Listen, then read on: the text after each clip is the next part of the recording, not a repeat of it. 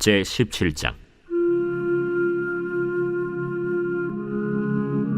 다윗이 그의 궁전에 거주할 때 다윗이 선지자 나단에게 이르되, 나는 백향목 궁에 거주하거늘 여호와의 언약궤는 휘장 아래 있도다. 나단이 다윗에게 아뢰되, 하나님의 왕과 함께 계시니 마음에 있는 바를 모두 행하소서.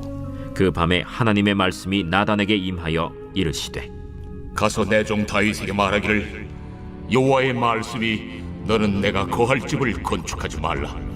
내가 이스라엘을 애굽에서 올라오게 한 날부터 오늘까지 집에 있지 아니하고 오직 이 장막과 저 장막에 있으며 이 성막과 저 성막에 있었나니, 이스라엘 무리와 더불어 가는 모든 곳에서 내가 내 백성을 먹이라고 명령한 이스라엘 어느 사사에게 내가 말하기를, 너희가 어찌하여 내 백향목집을 건축하지 아니하였느냐고 말하였느냐 하고, 또한 내 종 다윗에게 이처럼 말하라. 만군의 여호와께서 이처럼 말씀하시기를, 내가 너를 목장 곧 양떼를 따라다니던 데에서 데려다가 내 백성 이스라엘의 주권자로 삼고, 네가 어디로 가든지 내가 너와 함께 있어 네 모든 대적을 내 앞에서 멸하였은즉 세상에서 존귀한 자들의 이름 같은 이름을 네게 만들어 주리라. 내가 또 내 백성 이스라엘을 위하여 한 곳을 정하여 그들을 심고 그들이 그곳에 거주하면서 다시는 옮겨가지 아니하게 하며 악한 사람들에게 전과 같이 그들을 해치 못하게 하여 전에 내가 사사에게 명령하여 내 백성 이스라엘을 다스리던 때와 같이 아니하게 하고, 또 내 모든 대적으로 내게 복종하게 하리라. 또 내게 이르노니, 여호와가 너를 위하여 한 왕조를 세울지라. 내 생명의 연한이 차서 네가 조상들에게로 돌아가면 내가 네 뒤에 넷씩 곧 내 아들 중 하나를 세우고 그 나라를 견고하게 하리니, 그는 나를 위하여 집을 건축할 것이요 나는 그의 왕위를 영원히 견고하게 하리라. 나는 그의 아버지가 되고 그는 나의 아들이 되리니, 나의 인자를 그에게서 빼앗지 아니하기를 내가 내 전에 있던 자에게서 빼앗음과 같이 하지 아니할 것이며, 내가 영원히 그를 내 집과 내 나라에 세우리니 그의 왕위가 영원히 견고하리라 하셨다 하라. 나단이 이 모든 말씀과 이 모든 계시대로 다윗에게 전하니라. 다윗 왕이 여호와 앞에 들어가 앉아서 이르되, 여호와 하나님이여, 나는 누구이오며 내 집은 무엇이기에 나에게 이에 이르게 하셨나이까? 하나님이여, 주께서 이것을 오히려 작게 여기시고 또 종의 집에 대하여 먼 장래까지 말씀하셨사오니, 여호와 하나님이여, 나를 존귀한 자들같이 여기셨나이다. 주께서 주의 종에게 베푸신 영예에 대하여 이 다윗이 다시 주께 무슨 말을 하오리까? 주께서는 주의 종을 아시나이다. 여호와여, 주께서 주의 종을 위하여 주의 뜻대로 이 모든 큰 일을 행하사 이 모든 큰 일을 알게 하셨나이다. 여호와여, 우리 귀로 들은 대로는 주와 같은 이가 없고 주 외에는 하나님이 없나이다. 땅의 어느 한 나라가 주의 백성 이스라엘과 같으리이까? 하나님이 자기 백성을 구속하시려고 나아가사 크고 두려운 일로 말미암아 이름을 얻으시고 애굽에서 구속하신 자기 백성 앞에서 모든 민족을 쫓아내셨사오며, 주께서 주의 백성 이스라엘을 영원히 주의 백성으로 삼으셨사오니, 여호와여, 주께서 그들의 하나님이 되셨나이다. 여호와여, 이제 주의 종과 그의 집에 대하여 말씀하신 것을 영원히 견고하게 하시며 말씀하신 대로 행하사 견고하게 하시고, 사람에게 영원히 주의 이름을 높여 이르기를, 만군의 여호와는 이스라엘의 하나님 곧 이스라엘에게 하나님이시라 하게 하시며, 주의 종 다윗의 왕조가 주 앞에서 견고히 서게 하옵소서. 나의 하나님이여, 주께서 종을 위하여 왕조를 세우실 것을 이미 듣게 하셨으므로 주의 종이 주 앞에서 이 기도로 간구할 마음이 생겼나이다. 여호와여, 오직 주는 하나님이시라. 주께서 이 좋은 것으로 주의 종에게 허락하시고 이제 주께서 종의 왕조의 복을 주사 주 앞에 영원히 두시기를 기뻐하시나이다. 여호와여, 주께서 복을 주셨사오니 이 복을 영원히 누리리이다.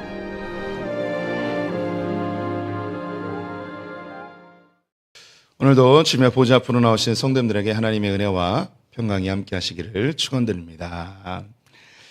네, 어제 제가 아론의 족보를 얘기하면서 그 엘리야살의 아들 이름이 잠깐 헷갈려가지고 말씀을 못 드렸는데, 말씀드리면서 비느하스라고 얘기했는데 비느하스가 맞았습니다. 이렇게 나이 들면 이름이 우리나라 이름도 아니고 우리 아들들 이름도 자꾸 헷갈리는데 이렇게 헷갈릴 수 있습니다. 또 양해해 주셔서 감사합니다. 오늘 역대상 17장 말씀 함께 살펴보도록 하겠습니다. 역대기는 남유다의 역사를 다루고 있습니다. 이것은 포로기에 있었던 유대인들에게 그들의 정체성과 또 신앙의 방향성을 제시하는 중요한 메시지가 담겨 있죠. 더불어 이것은 세상을 살아가고 있는 하늘에 속한 하나님의 백성들, 그리스도인들의 정체성과 방향성을 보여주는 중요한 복음의 메시지라고 하겠습니다. 역대기는 이스라엘의 족보로부터 시작하는데 그 시작이 아담입니다.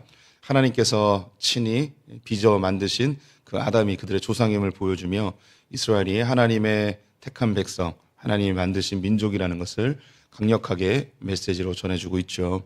이것은 동일하게 우리 성도님 한 분 한 분이 창세전부터 택한 하나님의 예정하신 자들임을 성경은 또한 우리에게 보여주고 있습니다. 이렇게 하나님께서 택한 백성이 왜 포로로 끌려가고 나라는 멸망하였는가? 그것은 여호와께 범죄하였기 때문이라고 이야기합니다. 그러면 이 범죄를 해결하는 방법, 예루살렘으로 돌아오는 겁니다. 성전으로 돌아오는 건데요. 그럼 성전에 돌아와서 뭘 할 것인가? 하나님께 묻고 하나님의 말씀을 듣는 것이 그 해결책이고 또한 그들이 범한 죄였습니다. 최초의 왕이었던 사울은 하나님께 버림받았는데요. 그것 역시 하나님께 범죄함인데 그 범죄함이 하나님께 묻지 않고 또 듣지 아니하였기 때문이라고 합니다. 반면에 여러 흠이 있었던 다윗은 하나님께 인정받는 왕이 되었는데 그것은 하나님께 묻는 삶, 하나님의 말씀을 듣는 삶을 살았기 때문입니다. 이것은 우리에게 아주 중요한 메시지를 전해주고 있죠. 우리의 신앙생활에서 정말 중요한 것이 하나님께 묻고 하나님의 말씀을 듣는 것입니다. 성령님 우리에게 주신 것도 하나님과 소통하고 하나님과 교제하기 위함이죠. 그래서 성령님이 우리 안에 충만해진다는 것, 우리가 어떤 은사적인 능력이 많이 나타나는 그런 영역으로 생각할 수 있는데, 이 은사적인 부분은 교회를 세우기 위해서 하나님께서 주시는 선물이지 나의 능력을 발휘하라는 영역이 아님을 우리 성도님들 꼭 기억해 주셔야 됩니다.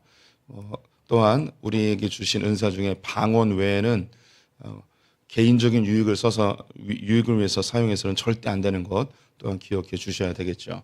그러면 우리가 성령으로 충만해졌다는 게 어떤 의미일까요? 우리의 삶에 있는 모든 영역들을 하나님께 묻고 하나님의 답을 듣는, 그리고 우리의 삶의 모든 영역에서 하나님의 말씀이 기준이 되어 이 말씀이 우리에게 해석되어지고 적용되게 할 수 있는 것이 성령입니다.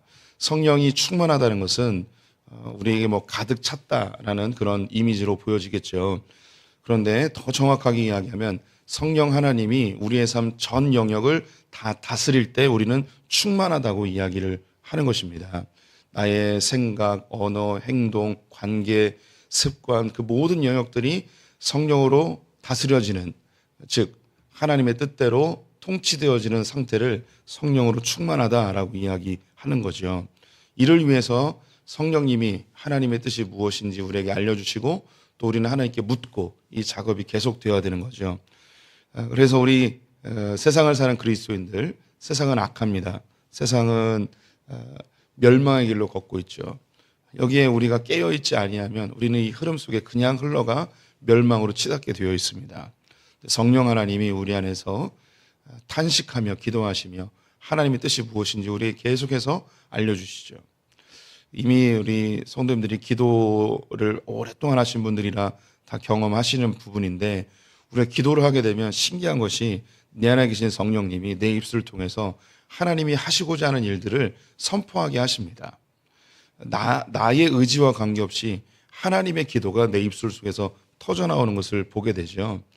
그래서 하나님께서 우리가 하나님께 묻고 그리고 하나님은 성령님으로 우리에게 말씀하게 하시고 이 작업이 우리 인생 가운데 꾸준히 이루어질 때 성령 충만한 삶, 풍성한 삶을 누리게 되어 있습니다. 다윗이 하나님께 인정받은 이유는 그가 엄청난 큰 업적을 세워서도 아니고 오늘 본문에 성전을 세워서도 아니고 그는 하나님께 묻고 듣는 삶을 꾸준히 했다는 것이죠. 왕이 되기 전부터 그리고 왕이 되어서도 그는 최고의 권력자로서 무엇인가 결정하고 선택할 때 그 스스로 결정하는 것이 아니고 하나님에게 묻고 하나님의 응답을 듣고 행하는 걸 보게 됩니다. 블레셋과의 전쟁에서 그랬고 그리고 하나님의 말씀을 듣고 묻기를 너무너무 좋아해서 법궤를 찾아오는 일을 자신의 업적의 최우선으로 여기는 것을 볼 수 있습니다. 오늘은 다윗이 성전을 짓고자 했던 장면인데요. 여기에 그리스도인의 자유가 또 등장을 합니다. 다윗이 하나님께로부터 너는 성전을 지어라 라는 그런 명령을 받은 게 아니었습니다. 또 내가 성전을 지어서 하나님께 인정받아야겠다 그런 의도도 아니었고 당시 모든 고대 나라들은 자신의 신의 위대함을 보여주기 위해서 신전을 어마무시하게 짓는 것이 당시의 문화이죠. 그래서 전 세계 곳곳마다 자신들의 신전을 크게 지어서 그 위용을 드러내어 자신의 신의 강력함을 보여주고자 했던 것 잘 알고 있습니다. 그래서 하나님의 위대하심을 드러내기 위해서 성전을 짓고자 한 것도 아니었습니다. 그가 성전을 짓고자 한 것은 단 한 가지. 그가 법궤 앞에서 늘 하나님께 묻고 듣기를 하는데 그것이 다윗이 세워놓은 그냥 장막이었어요. 휘장이었습니다. 그냥 텐트 같은 거 안에 들어있는 거죠. 어느 날 문득 깨닫게 됩니다. 난 이렇게 백향목국에서 살고 있는데 하나님의 법궤는 저렇게 장막, 텐트 안에 있다는 것이 너무 마음에 부담이 됐습니다. 또 성막에 어제 보았던 기본에 있는 성막에 갖다 놓기에도 무리가 있었습니다. 이 성막은 다 누더기가 되어서 올바로 기능을 하기가 어려운 상태가 된 거죠. 마음속에 이 부담감이 하나님 앞에 성전을 짓고자 하는 하나님의 집을 짓고자 하는 마음으로 표현이 됩니다. 이것도 우리 성도님들이 기도를 오랫동안 하시면서 경험한 바인데 기도를 하다 보면 내 마음속에 뭘 하고 싶은 마음이 생겨요. 하나님을 위해서 이걸 하고 싶다라는 거죠. 하나님께 묻고 듣기를 즐겨하는 사람들에게는 그 마음속에 무엇인가 하나님을 위해서 하고자 하는 자발성이 생기게 됩니다. 이것은 다윗뿐만 아니라 모든 사람에게 그런 일이 벌어지죠. 반대로 이야기해서 기도하지 않는 사람은요. 하나님을 위해서 뭘 하고자 하는 마음도 들지 않아요. 하나님의 말씀을 꾸준히 보지 않으면 하나님을 위해서 뭘 하고 싶은 마음도 들지 않습니다. 그래서 이게 참 신비한 연관성을 가지고 있어요.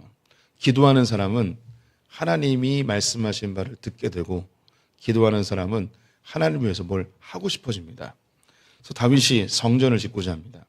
근데 이것도 자기 마음대로 결정하지 않고 선지자 나단을 불러서 이걸 해야 되는지 말아야 되는지 묻습니다. 그래서 나단은 하나님의 말씀을 다윗에게 전해주죠. 하나님의 반응은 너무나 충격적입니다. 깜짝 놀라서 아니 내가 언제 집을 져달라고 했냐.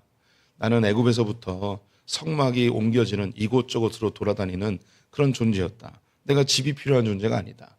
내가 사사시대 때 어느 사사에게 가나안 땅에 들어왔을 때에 내가 집을 져달라고 요청한 적이 있었냐. 넌 도대체 어떻게 이런 생각을 하니 하며 하나님이 깜짝 놀라시죠. 그러면서 하나님이 감격해하면서 야 지금까지 너 같은 사람을 본 적이 없다. 참 너 정말 놀랍다. 이스라엘 가운데 너의 왕조를 영원히 견고하게 해줄 것이고 너의 후손으로 태어날 씨를 한 명 정하여서 내가 이 성전을 짓게 할 것이고 이 왕궁을 너의 왕조를 영원히 견고하게 할 것이다 라고 약속하십니다.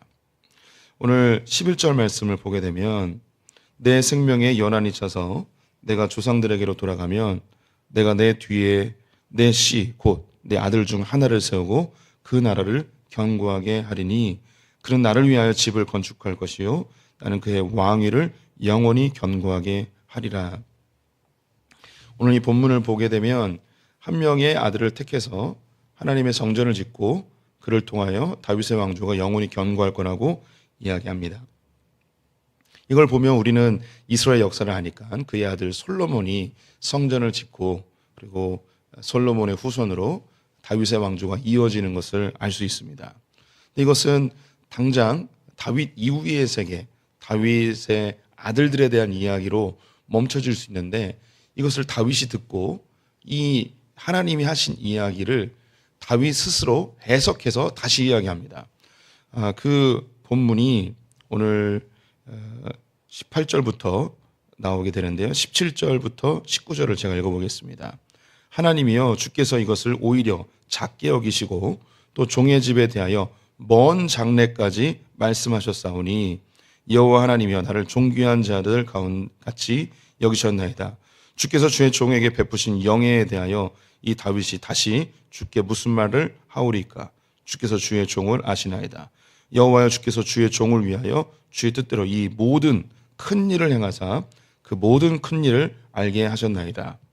다윗이 하나님의 말씀을 들었는데 이것이 솔로몬에 대한 이야기, 성전에 대한 이야기, 이것을 뛰어넘은 먼 장래의 이야기, 그리고 이 모든 큰 일, 어마어마하게 위대한 일, 이 일을 다윗에게 알려주었다는 거예요. 이 이야기들은 시편에 곳곳에 나와 있는데요. 다윗은 알았어요. 자신의 후손을 통하여서 이 이스라엘을 구원할 메시아가 태어날 것을.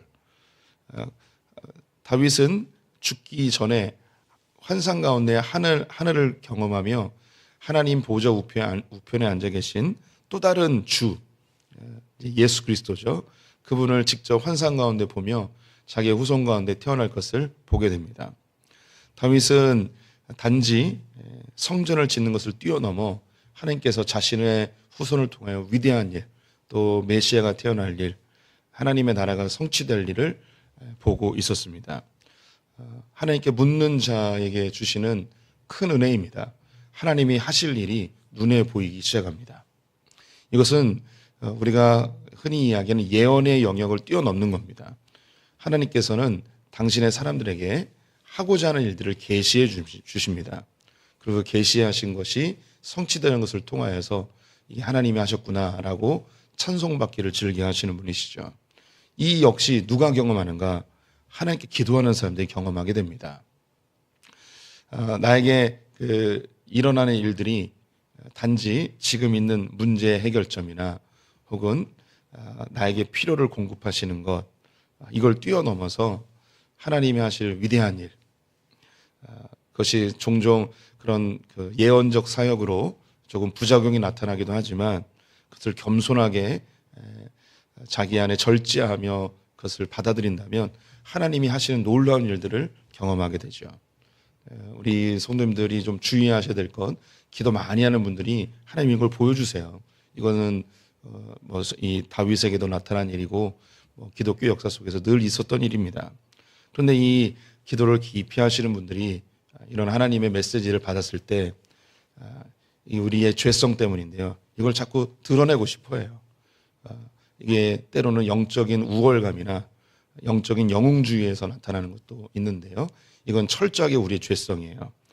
이것은 하나님 안에서 잠잠히 그 일이 이루어진 것을 보면서 꾸준히 기도하라고 알려주시는 거예요.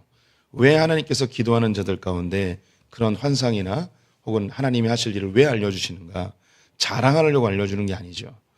떠벌이라고 알려주는 거 아니에요. 그리고 그것을 영적인 우월감으로 사용하라고 주시는 게 아니죠. 왜 그걸 주시는가? 꾸준히 기도하라고. 내가 이 일을 행할 테니까 너는 계속해서 기도하라고.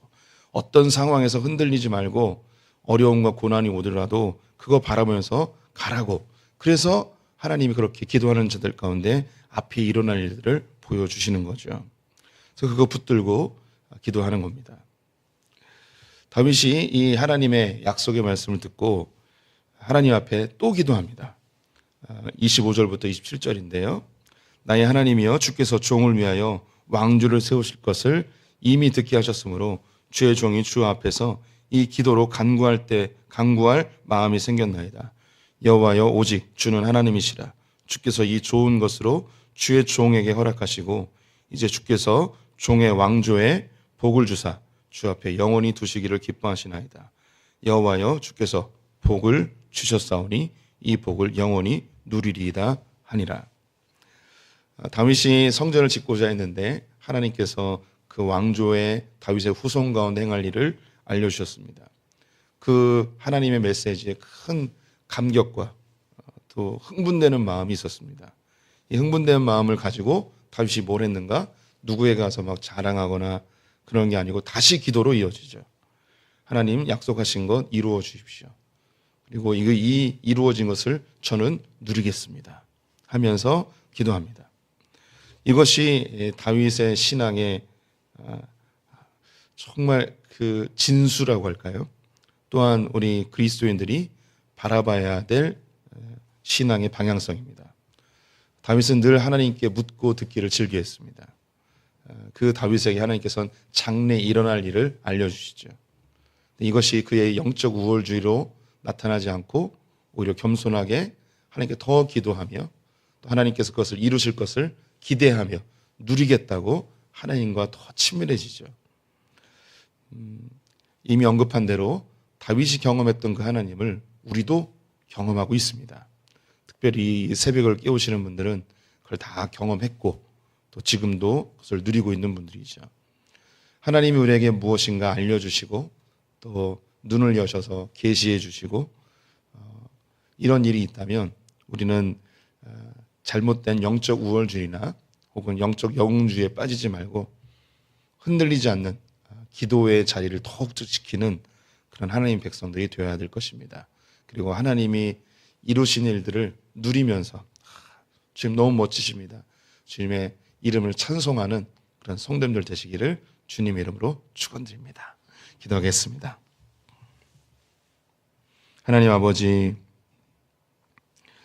우리에게 성령 주셔서 우리의 삶의 모든 영역들을 주님께 묻고 주님의 말씀을 들을 수 있는 마음 주시니 감사합니다.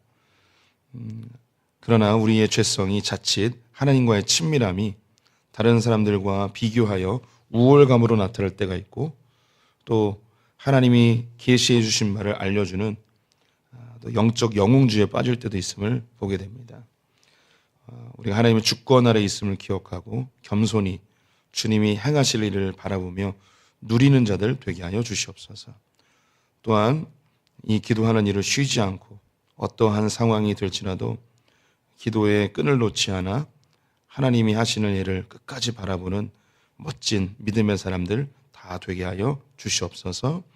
다윗의 좋은 믿음의 신앙을 본받기를 간절히 원하며 예수님의 이름으로 기도드렸습니다.